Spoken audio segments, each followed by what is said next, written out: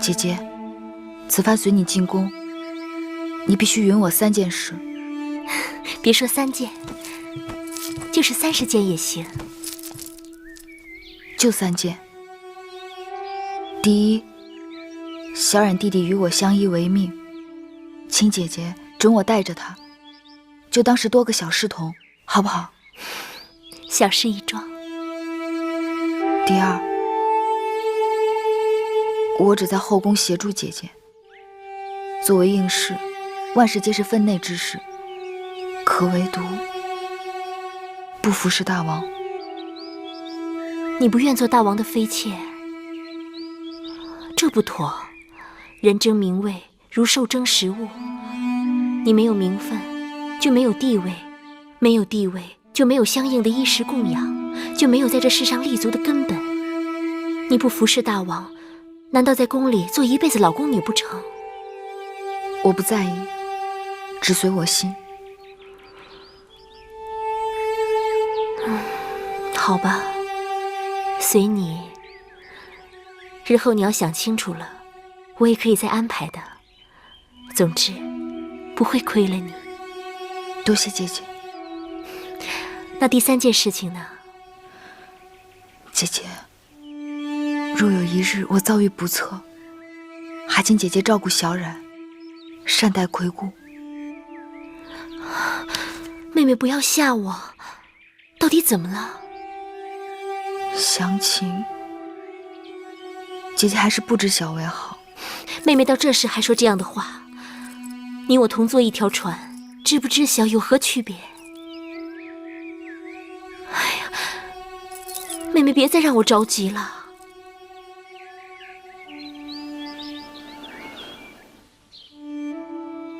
姐姐，在官道上伏击你的人，就是害死子歇的人。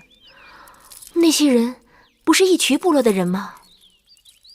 那义渠人也一定是受人指使，那背后之人必定是在咸阳，很可能就在秦宫之中。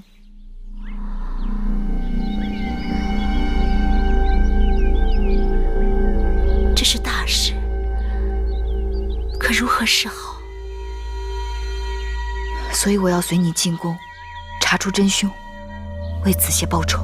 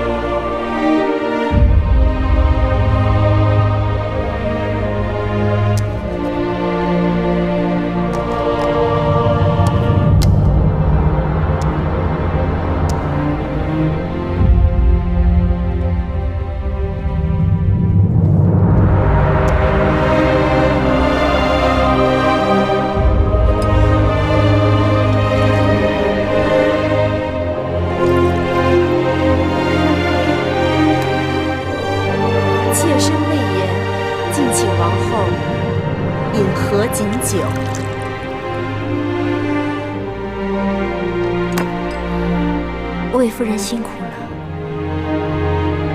大王，请饮何锦酒。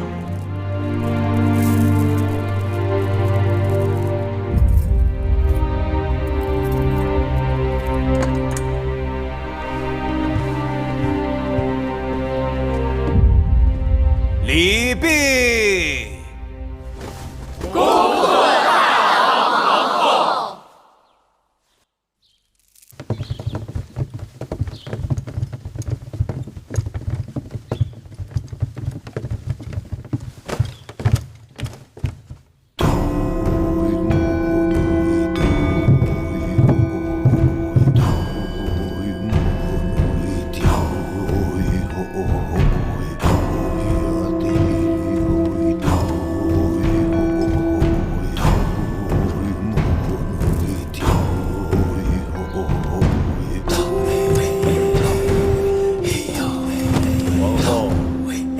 喜欢秦人之舞吗？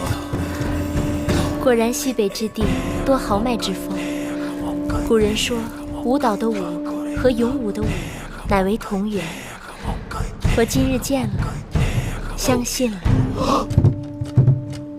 大王，姐姐听说楚人也有歌舞。寡人曾在郢都的祭祀大典上得以观赏，甚为优美。祭祀大典。对了，楚人好巫，歌舞都是装神扮鬼的。王后一看就是善舞之人，日后在大王身边，不知王后是扮神还是扮鬼呀？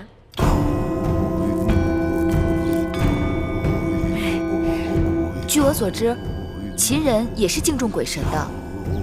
楚人好巫，招魂驱鬼，祈福攘灾，但怕就怕有一种巫，扮人扮鬼，非神非鬼，平时装的清白无辜，一不留神他就会出来兴风作浪。魏夫人在秦宫多年，定见过这种巫吧？你越这么说，妾身可就摸不着头脑了。魏夫人聪明，慢慢想就知道啦。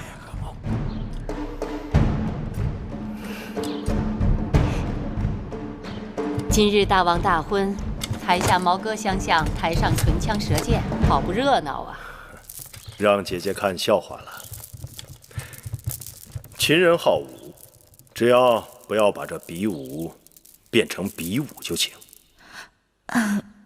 芈月只是想告诉大王，其实楚人与秦人一样善歌舞。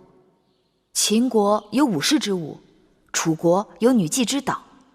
既然殿上已经有了武士之舞，那就望大王允许，请楚女献上楚国的山鬼之舞。准。献山鬼之舞。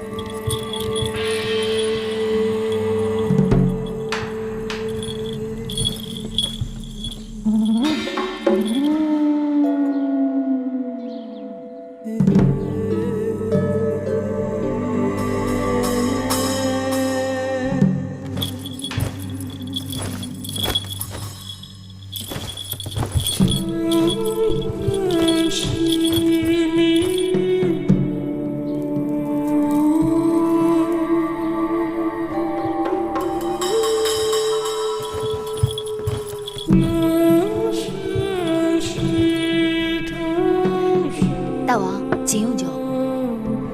小丫头，口舌伶俐啊。是，大王。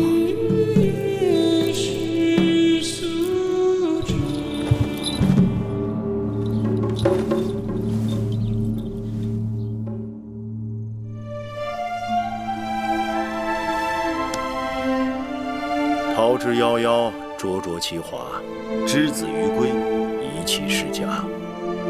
舒儿，从今日起，你不再是楚国公主，而是我秦国王后。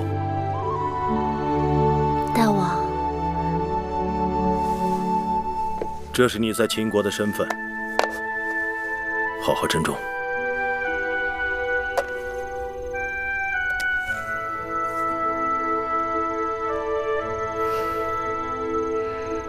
大王恕罪，除了这玉玺，臣妾还有一物，看得更为珍重。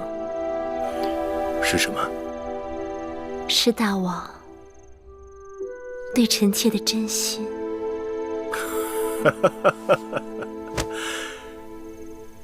舒儿贤惠美貌，寡人对你一见倾心。只是不知舒儿何时何地对寡人有意啊？其实那日在东市，歹人行凶，大王拔刀相助，臣妾便把心交给了大王。既然如此，寡人定不负你。你新入宫，本该住交房殿，但那里自先王后去世，已久无人居住，需要整修，所以暂且在清凉殿住一阵子。此刻，寡人有几句话你要记住。你是楚国娇养的公主，嫁到我秦国，却比不得楚国奢华。你身为王后，要为秦国女子的表率，贤惠克己。你嫁到我秦国，便是秦国之人，要事事以秦国为重。你可能做到？夫君对我信任与倚重，我以重任，舒儿一定照夫君说的话去做。你刚到宫中，若有委屈，尽管告诉寡人，寡人定当为你做主。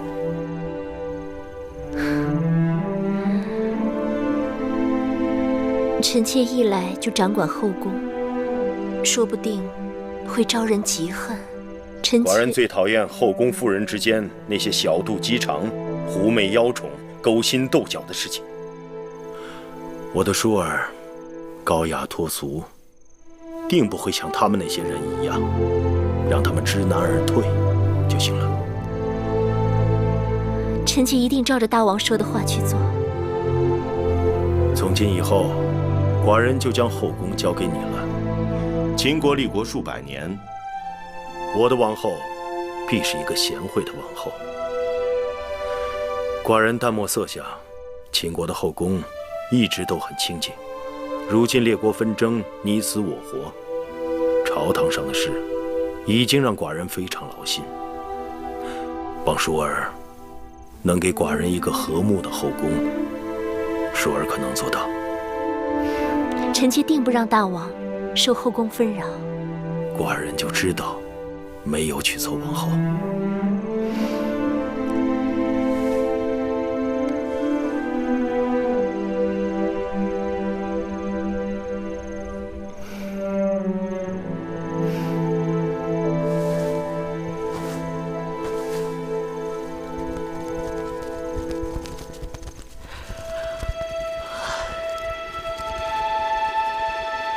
芈月妹妹，咱们3个人这一夜就这么守着吗？嘘。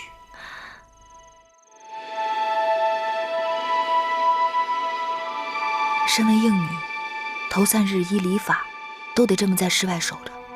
反正就这3日，3日之后就由玳瑁、珍珠等贴身侍女打理了。忍忍吧。要不然咱们轮班吧，一个人先靠着板壁打个盹儿，另一个就守着，等到下半夜咱们再换。好啊，那孟昭姐姐和芈月妹妹守前半夜，我守后半夜，如何啊？不用了，这前半夜都快过去了，景妹妹也没休息多久，就由你和芈月妹妹来守上半夜，下半夜由我来守吧。谁看不出你的心思？应女陪嫁守夜，不过是为着夫君兴致来了，可以随时释放。上半夜大王必是和王后欢好，到了下半夜，谁守夜谁得便宜。我看你就省省吧，咱们打个赌，这一夜我们3个都白守。大王是不会叫任何一个人进去服侍的。那可不一定。你说这话真不知羞耻。你才不知羞耻呢，我只是堂堂正正把话说出来了。可不像有些人明明心里想要，却口不应心。哎，行了行了，既然你们都想守下半夜，那我来守上半夜，你们先歇息吧。哼。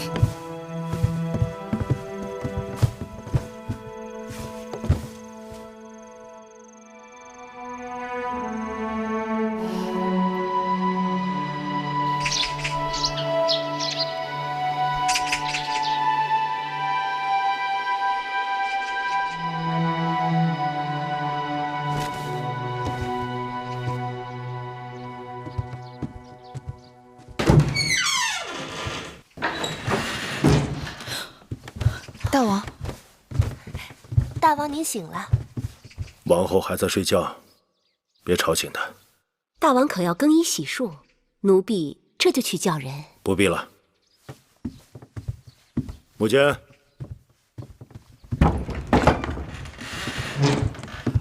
大王，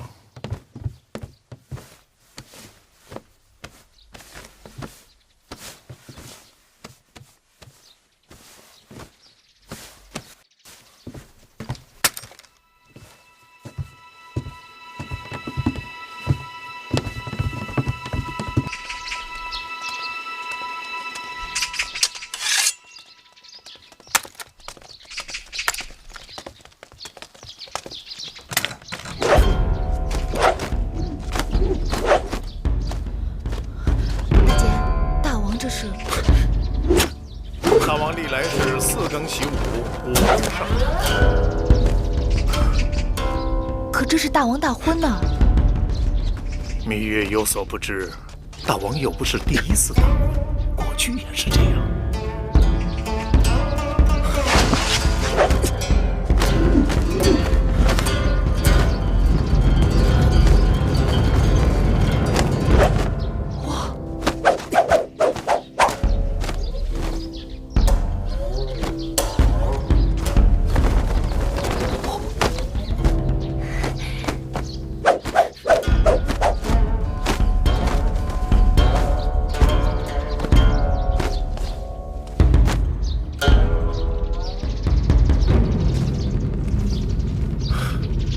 母监，在。盾牌。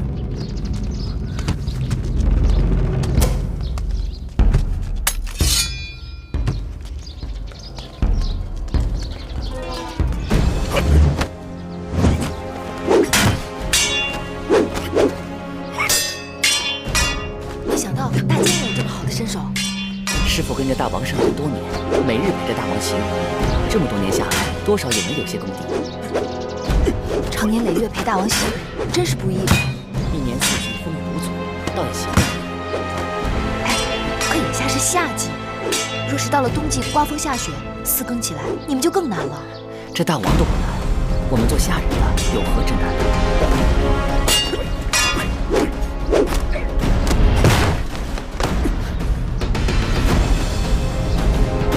老奴僭越了，无妨，再来。是。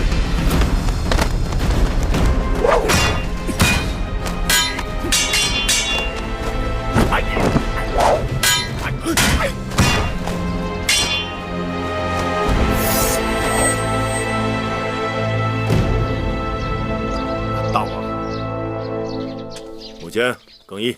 是。大王的武艺真是炉火纯青，让臣妾大开眼界。大王真是有万夫不当之勇，静如处子，勇如猛虎。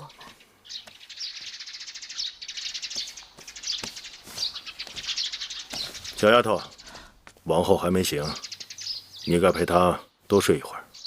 是，大王。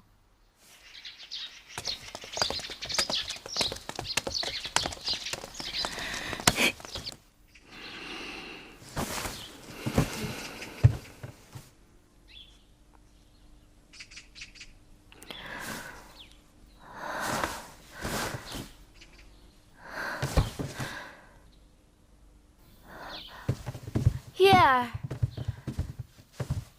姐姐，姐姐，你起来了。妹妹，大王呢？大王去哪儿了？大王4更起床练剑，此刻去洗漱更衣了。那妹妹怎么不叫醒我啊？大王体贴，说让你多睡一会儿。来到咸阳，嫁入秦宫，按理说我该心满意足，但我心里却更是七上八下的。昨日本想与大王说及武关有人下毒之事，但显然大王不喜后宫有人明争暗斗，只好忍了下来。姐姐别急，以后日子还长着呢。算了，不睡了。即使大王体贴我，但身为王后，更该服侍大王才是。你们快帮我洗漱更衣吧。是。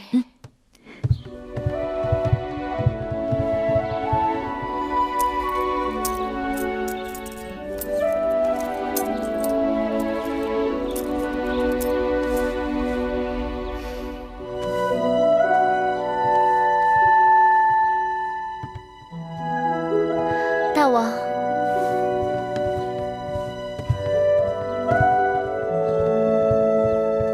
拜见大王，拜见大王，拜见大王。王后今日端庄秀美。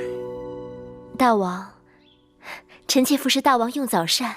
不必了，寡人还要去宣示殿处理政务。大婚3日不是免朝吗？寡人只是去处理政务，午时会与你一同用膳，之后要去宗庙祭祖，过1日还要在后宫接受朝贺。永香令过会儿会向你禀示。是。香儿、慧儿，拜见芈月。起来吧。谢芈月。这是葵姑，这是我弟弟魏冉。你们叫我小冉就行。从今以后，你们就跟着我们了，无论好坏都是我们的人。我不会苛求你们，但也请你们自重。秦宫有秦宫的规矩，一荣俱荣，一损俱损。不懂之处，问葵姑便是。是。下去吧。姐姐，我出去玩了。好，别跑远了。哦。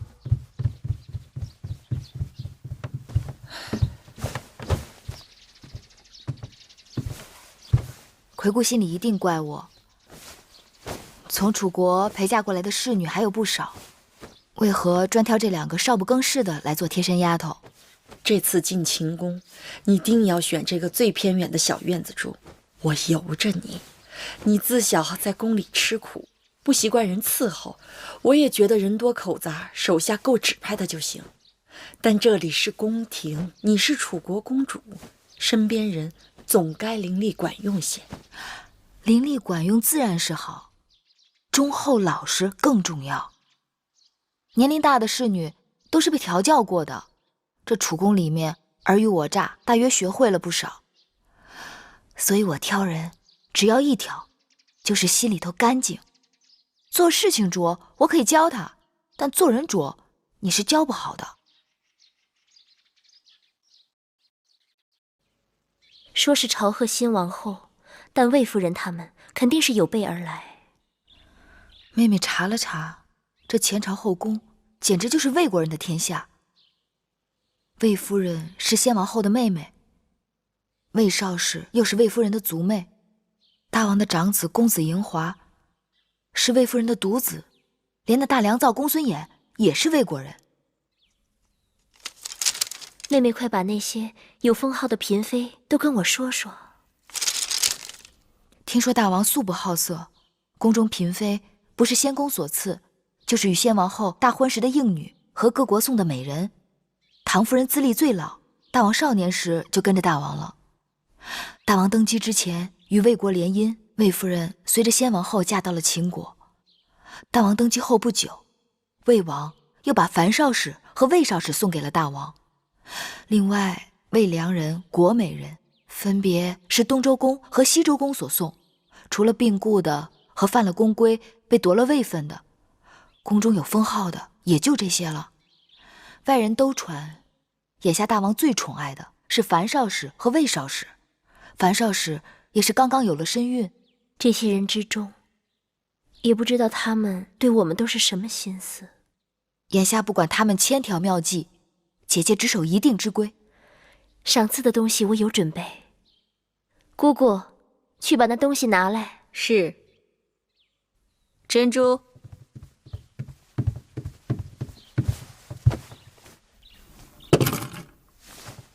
大鸡一对，手镯一对，簪钗一对，这些都是打算赏给魏夫人的。因为先王后去世后，魏夫人一直有掌管后宫之名，而且她的儿子嬴华又是大王的长子，所以赏赐之分也应当要重一些。这样不妥。眼下姐姐已经是秦国的新王后了，而魏夫人也已不再是主持后宫之人。她的东西若是比别人多，定会让人猜测姐姐对她有所倚重，更是有所畏惧。依我看，她的东西应当与别人一样，这样让仰仗她的那些人知道，如今后宫的主人已不再是魏夫人，同时可以让众人知晓，新王后对大家一视同仁。就照你说的办。珍珠，按照赏赐的人数到我的嫁妆中挑选出来，一人一份，全都一样。是。唉，大婚当日，魏夫人话里话外都颇为挑衅，算是公开与我为敌。但其他人，我心里无数。听说那个国美人艳冠后宫，当年入宫3日，就被大王封为了美人。宫中永远不缺美人，姐姐不必惧她，倒可以好好安慰她。至于那些相貌平平、头脑却不平平的人，姐姐倒是要好好留意。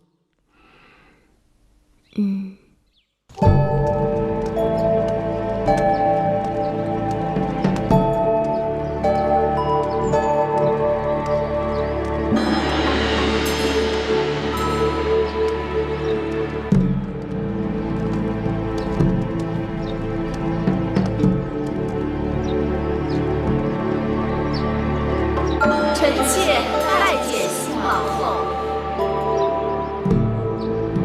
各位姐姐免礼。谢王后。臣妾恭迎新王后入殿。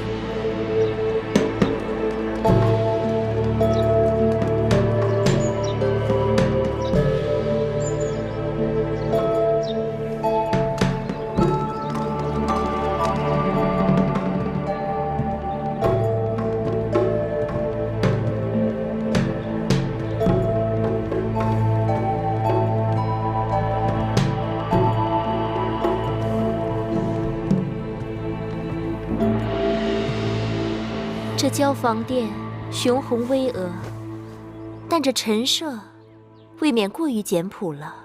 这殿里的一草一木都是当年我姐姐先王后亲手安顿的。我姐姐就是先王后去了以后，这里的一切都是按照她在世时的摆设，丝毫没有改变。就连每日熏的香都是她最喜欢的千蕊香。今日新王后在这儿，臣妾恍惚觉得我姐姐并没有离去。据说，当年我姐姐初入宫受朝拜，穿的也是同样的笛衣，站在同样的位置上。唉，真是物是人非，让人唏嘘不已呀。魏夫人定是糊涂了。今日本该魏夫人带领后宫众人朝拜新王后，但魏夫人好像打算带着众人祭祀你那过世的姐姐。哎呦，罪过罪过！芈月不提醒，臣妾还真是差点忘了自己的本分，竟说些不着边际的话了。这时辰是该臣妾率众姐妹拜见新王后了。那好，今日初见几位姐姐，不知该如何称呼。魏夫人昔日主持后宫，那就由你来引荐吧。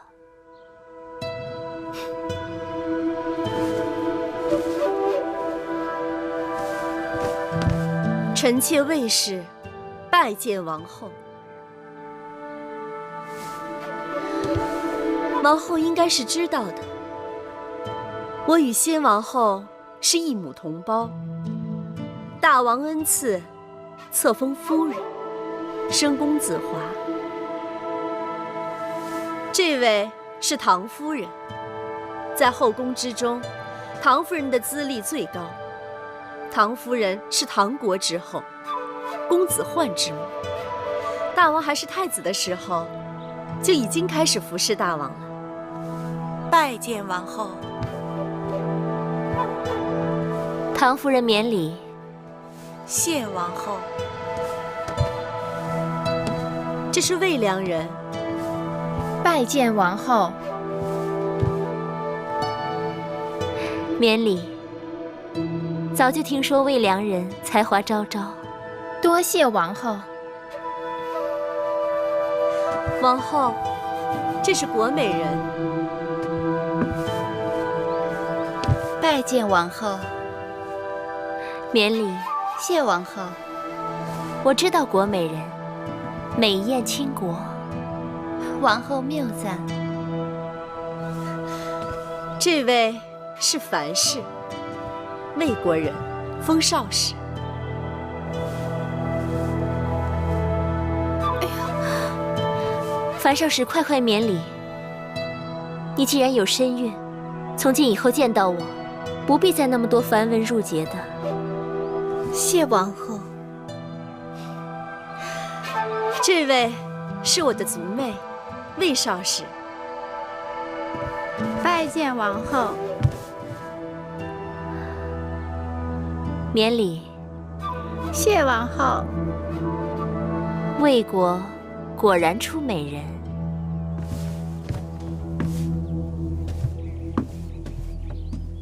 好了，这是我的几个妹妹，也来见过各位姐姐。这是芈月，是我同父的妹妹。王后的亲妹子才是人才出众呢。我们姐妹都领教过了。这是孟昭氏，是楚国令尹昭阳的亲侄女儿。这是景氏，她的族兄就是景差。景差善赋，列国皆知。玳瑁姑姑，把东西端上来。是。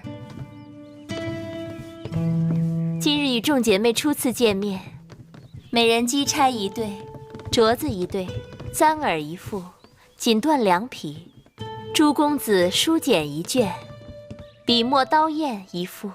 谢王后。谢王后赏赐，只是魏夫人和我们众姐妹的赏赐一样多，实在是不妥。有何不妥？王后初来乍到，恐怕不太清楚这其中的缘由。魏夫人主持后宫多年，不管是先王后在世时，还是大王平日里赏赐，魏姐姐都和我们众姐妹绝非一样。那照着魏少使的心思，这赏赐的该多了，还是该少了？这多少，当然是由大王和王后随意。这话就对了，多与少都是大王和王后随意，而不是别人讨要的。所以，今日的见面礼，没什么不妥的。哼，王后与众姐妹寒暄多时，一定口渴了。来人，敬茶。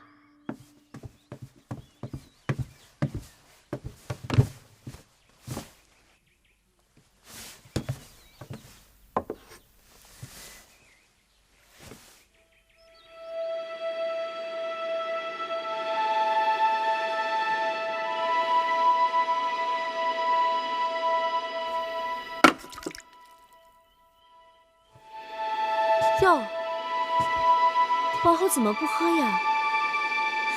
你看这茶细绣如眉，状似兰花，色泽精粹鲜润，白毫满披。这可是茶中的极品，是大王赐给臣妾的好茶。王后不喜茶水过烫，何况好茶要配好茶具才妥当。芈月当心，这是先王后最喜欢的茶碗，就剩下这么一对了。哎呀，芈月，这可是先王后的遗物，芈月此举冒犯故人，大为不敬。既然是先王后的遗物，那你们应当好好收藏供奉才是。随意端上这茶碗给新王后敬茶，看来是你们不敬在先。先王后亲切和善，谦逊有礼，让我们众姐妹无论何时总忍不住睹物思人。又加之今日新王后接受后宫朝贺，姐妹们是希望新王后在后宫之中成为众人表率，恭谨谦和，不输给先王后。先王后左右逢源自然是好，但作为后宫楷模，新王后不但要待人一团和气，还要守正不阿，不然是非混淆，黑白不分，这后宫岂不乱套了？你这是指责先王后是非不分，黑白不辨了？我的意思是，行事个人有个人的气魄。你只是个应试陪嫁，无名无分，怎么如此这般放肆？芈月说的话就是我的意思。魏夫人是要与我论名分吗？臣妾不敢，臣妾只是觉得这是先王后留下的遗物，就这么损坏了，只怕得有个说法。既然是遗物，就不该拿出来随便乱用。所以说，还是魏夫人不够真爱。从今日起，这交房殿里里外外所有先王后的旧物，都送到先王后的2位卫士妹妹们房中去，让人摆放整齐，设炉焚香，以方便2位姐姐每日睹物思人。至于这控制下来的交房殿该如何布置，我另有打算。今日交房殿好热闹啊！拜见大王。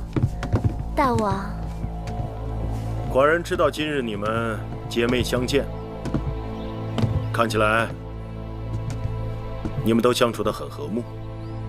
大王，各位姐妹都颇为热诚，让臣妾感动不已。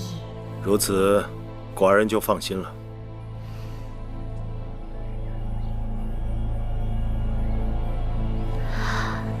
大王，2位卫士姐姐向臣妾述说了他们对先王后的思念之情，臣妾想请大王恩准，将这交房殿先王后所遗留下来的东西，都赐给2位姐姐保管。这交房殿久无人居，臣妾想重新整修布置一番，也让大王看个新鲜。你是寡人的王后，这些许小事，你自己做主便是。是，大王这么说，臣妾就安心了。妹妹真是令我刮目相看。今日若不是靠妹妹的才智，很难打下卫氏姐妹的气焰。其实她们并不惧怕我一个小小应试，能让她们低头的，还不是因为姐姐的位分。大王想要一个清静的后宫，我也并非妒忌之人，容不得大王与别的女人亲近。我只是厌恶那些想要算计我的人罢了。倘若卫氏姐妹真能看在我的位分上夹起尾巴做人，我也会放她们一马的。只怕难遂姐姐心愿，她们想要的永远比姐姐能给的多。妹妹看到魏夫人脸色了没有？白里有青的。魏夫人在后宫经营这么多年，今日大约也是轻视了姐姐，才会措手不及。以后日子还长着呢。我一想到交房殿大小物件都要搬到魏夫人和魏少使的殿中去，我就忍不住想笑。永香令给我列了个清单，大小物件有上百件呢，车子运过去得好大一堆。魏夫人和她的族妹妹，面对他们谦逊有礼的先王后，大约要好好哭一场才是。姐姐的法子果真有用。我打算过几日再去他们房中查一查，假若少一件东西都不依他们，他们若敢不把那些废物当宝贝供起来，我定要治他们一个大不敬之罪。只是光出一口恶气还不够，还需要细心找出他们陷害姐姐的证据，才能向大王出手，铲除祸根，不留后患。妹妹，姐姐还有一个心思。环顾着秦宫，色彩沉闷，布置单调，说好听了是朴实无华，说不好听是熬青手淡。姐姐想，也让这秦宫缤纷绚丽，有一点新气象。对，那姐姐不妨把楚国带来的丝绸锦缎给各宫的嫔妃们送些过去，再让宫里的缝纫绣娘给他们和他们的应试，以及他们身边的宫女们多做些新装。另外，既然姐姐要重新修整交房殿，那不如里里外外都按照姐姐喜好的楚风来陈设，让人耳目一新，有另一番天地。哼，别提了，这里简直就是魏夫人的天下。你看各宫嫔妃在魏夫人面前低眉顺眼，曲意奉承的样子。魏夫人也是依仗先王后的威风欺负人惯了，她的势力虽盘根错节，但也并非牢不可破。宫中的嫔妃都是来自诸国，各有各的厉害，各有各的心思。看模样，唐夫人应当是个老实人，魏良人虽眉眼精明，但言语却谨慎小心。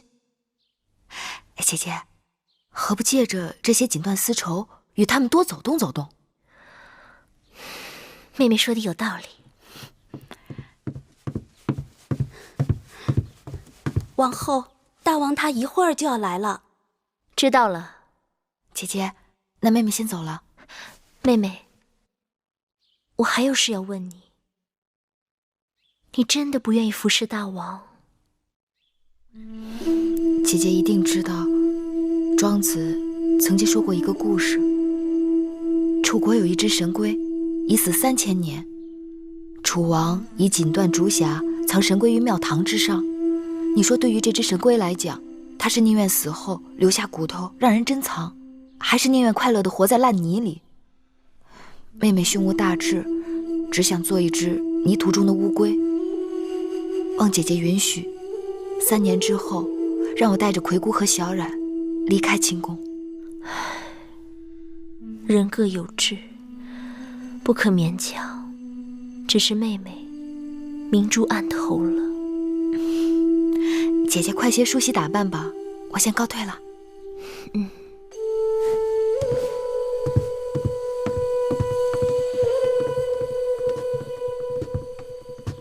王后，今日的情形，奴婢在一旁都看见了。王后的确是赢了一局，可那个芈月的风头，简直盖过了王后。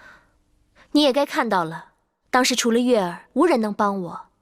月儿不争宠，不要名分，你还要她如何？奴婢多嘴了，王后息怒。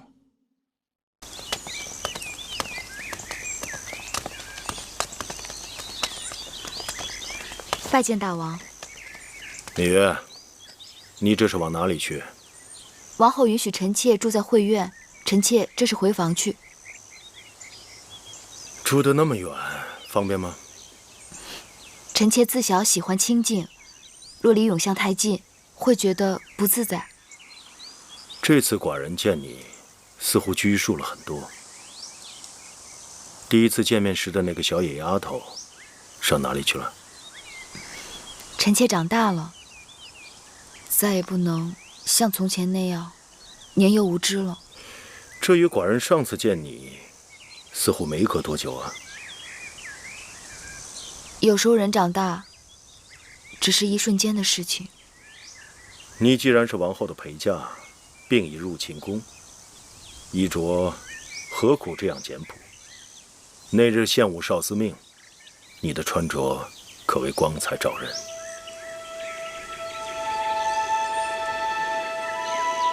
大王该知，士为知己者死，女为悦己者容。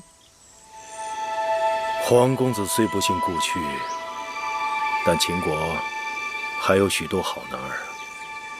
世上悦己容易，可知己难。说的也有道理。大王请。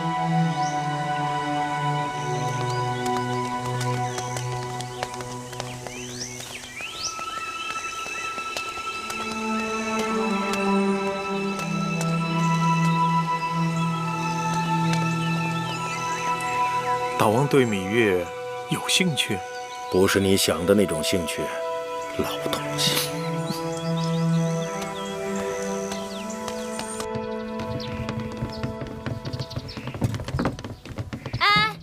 别再往正殿里搬了，店里都已经放不下了。那放哪里啊？这些都是什么东西？拿去当劈柴烧都没人要。大王的旨意，凡是先王后遗留下来的物品，都要由魏夫人和魏少使小心保管。哎，你不必跟他说了，他也是听差办事。去吧，放到偏殿的库房里。是，都搬到库房里去。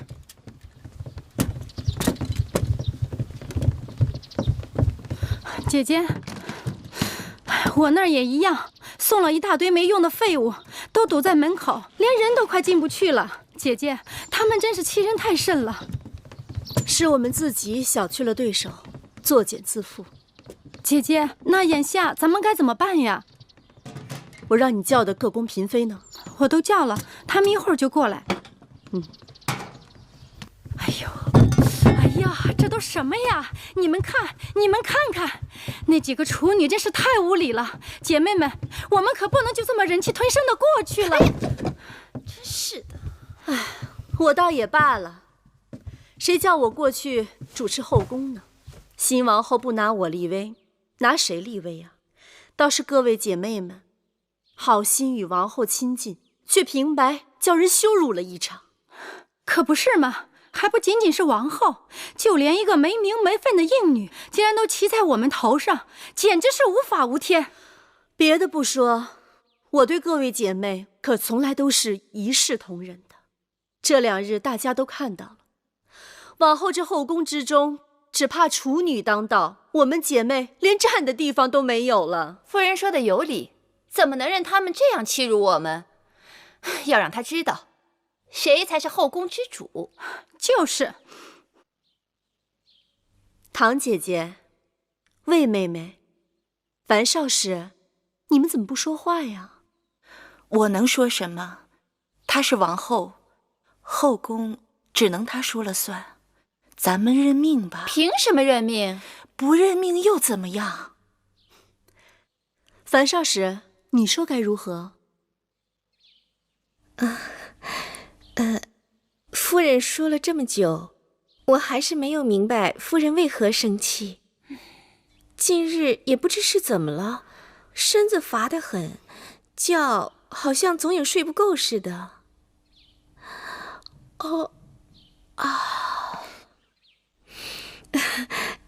各位姐姐笑话了。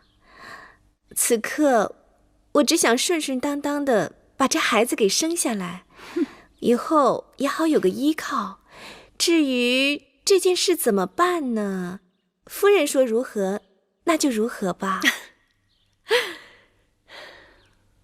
樊少使真是娇贵的出奇呀，肚子里有喜，这是好事。人怎么却因此变得糊涂了呢？魏夫人不怪罪就好了。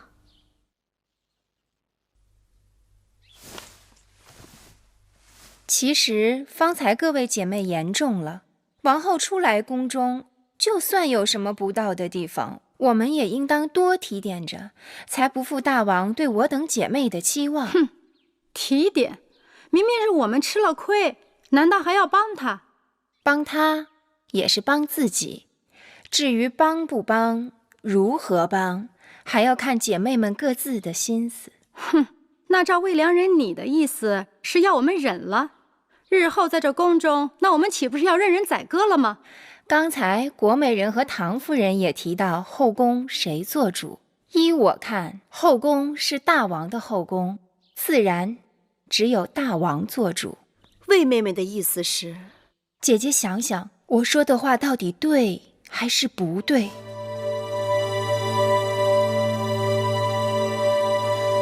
妹妹的话言之有理。来，给各位姐妹上茶。是。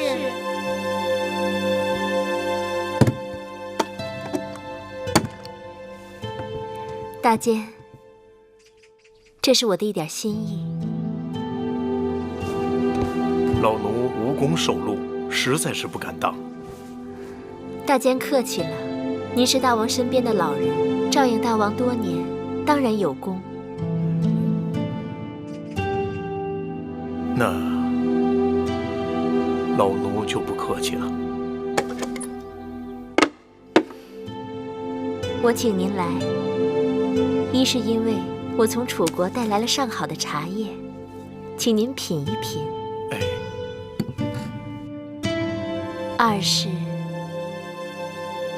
二是心中有些疑问，还望大监指点迷津。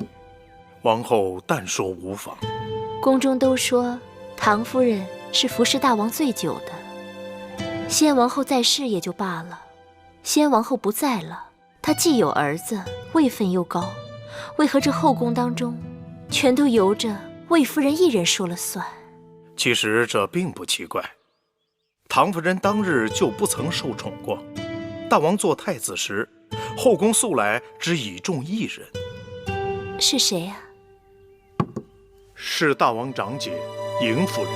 大婚那日，王后理应见过。因大王母后过世很早，长姐待她如母，姐弟情深。后来嬴夫人出嫁到了魏国，为魏太子妃。那年马陵之战，魏国被齐国重创，我大秦趁势出击，夺得了魏国河西的大片土地。那时战事的主要消息都是由嬴夫人传递回母国的。后来事情泄露，魏太子，也就是当今的魏王大怒，将嬴夫人休婚，并将她驱逐回了秦国。那再后来呢？嬴夫人就再也未嫁。她自己虽然未曾生育，却为大王抚养了大公主，并替大王掌管了后宫的一些事务。大王极其敬重她，就连先王后在世时都让她3分。先王后过世前，嬴夫人的身子就不似过去了。先王后过世后，因魏夫人是先王后的亲妹子，又有些长世之才，于是就名正言顺地掌管起后宫的事务。嬴夫人为此就搬到了大王赐给她的北郊行宫去住了。依大监看，我是否该抽时间去探望她？嬴夫人喜清静，不去也罢。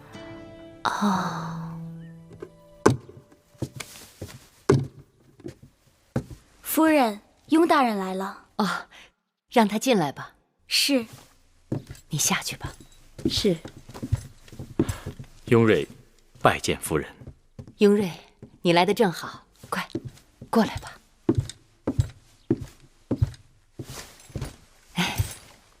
雍瑞，今年呀，我这梨子结得特别的好，一咬一口甜水就是不耐放。我这正想着挑点大的给你送过去呢，你就来了。夫人，前一阵子大王大婚，宫里的事情实在是太多，我惦记着你，却又抽不出身来。你若是再不来呀，我真的要恼你了。所以夫人才要送礼给我。即便送礼，那也离不了。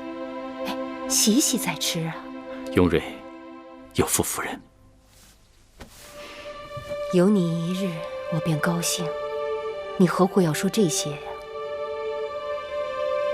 那新王后仿佛很得大王的欢心啊。新王后端庄温婉，不过我倒更看好她那个妹妹芈月。芈月，想起来了，大王大婚我见过的，那是个口齿伶俐的丫头。确实。魏夫人特地把我叫回来，定是有话要说。魏妹妹向来都是最聪明的，今后何去何从，还请妹妹帮姐姐拿个主意。姐姐这是做什么？你明明已处于不败之地，何须我来拿主意？妹妹不必多礼。妹妹，你此话怎讲？我说姐姐舍本逐末，跟那些黄毛丫头置什么嫌弃？她能盖过您的，无非就是名分。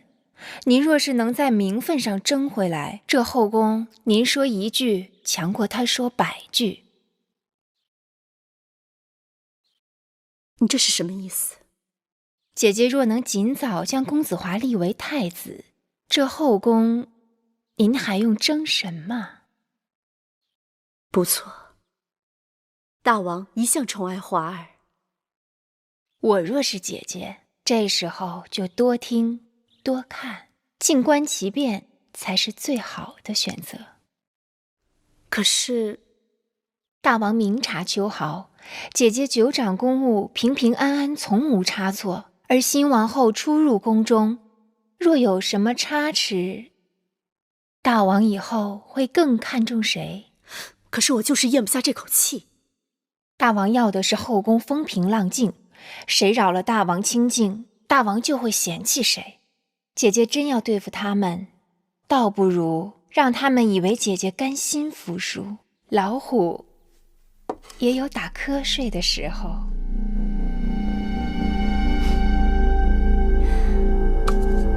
妹良人不愧是出身魏国，当真是有鬼谷子之才，得纵横心术啊！我这也是班门弄斧，大主意还要姐姐自己拿。夫人，彩绿，有话直说。夫人从来都对后宫的纠纷躲避三舍，今日为何要给魏夫人出主意？我们的母国在诸国当中最弱小，不仅要依附魏国，还要看其他强国的脸色行事。我在宫中同出一辙，既不能得罪魏夫人，还要看其他嫔妃的脸色。母国国君盼我能在大王面前说上话，父亲母亲盼我能在后宫左右逢源，真是难呐。可给魏夫人出主意，就会得罪了新王后啊。魏夫人向我讨主意，我怎能不敷衍她？新王后是不是得罪得起，还要看。再说，我给魏夫人出的主意也算不上任何主意，不是吗？是。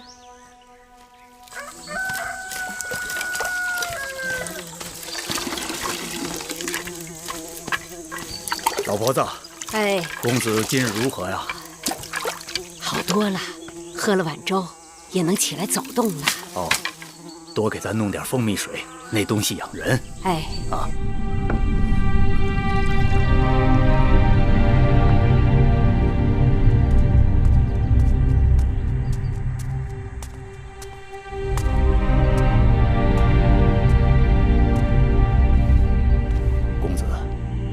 你身体还未痊愈，应当躺着，喝碗蜂蜜水吧。